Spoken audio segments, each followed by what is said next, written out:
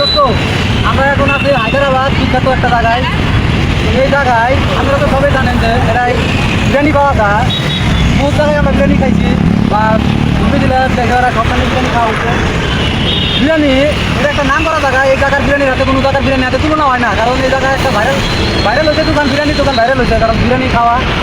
আমরা ওই জায়গায় যে বিরিয়ানি আর এই জায়গার বিরিয়ানি দেখতে যাচ্ছি কিন্তু খাইতে অন্যরকম। বিরিয়ানির বিষয়ে আমাদেরও হলো বাতি যায় বিরিয়ানি বিষয় আর কি বলবো, সেই আর এখানে যে খায় নাই তারও খাইতে ইচ্ছে করবো, আর যে খাইছে তারও বারবার খাওয়ার ইচ্ছে করবো।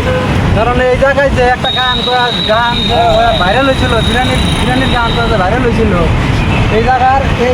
এটা তো না ফেলে একটা দোকান, মানে আমরা যাই নাই ওই ভাইরাল দোকান। ভাইরাল দোকান, ওই দোকানটা আমরা যাবো বিরিয়ানি আপনি করে দেখামো বিরিয়ানিটা কেমন। এখন ভাইরাল দোকানে যাওয়ার জন্য অপেক্ষায় আছি।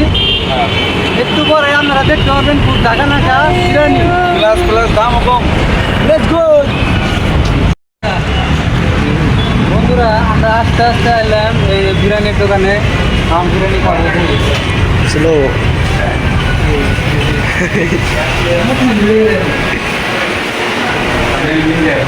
हाँ फाइनली मिल गया। कुछ बोलो। इंतजार करो, 2 मिनट बाद में आएगा।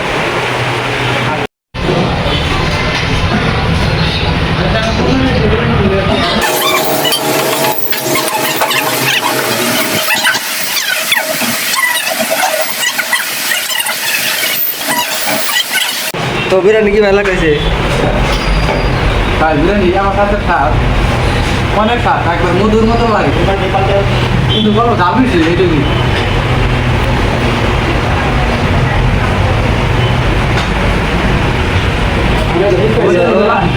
লাগবেন একটা খাওয়া দেখবেন,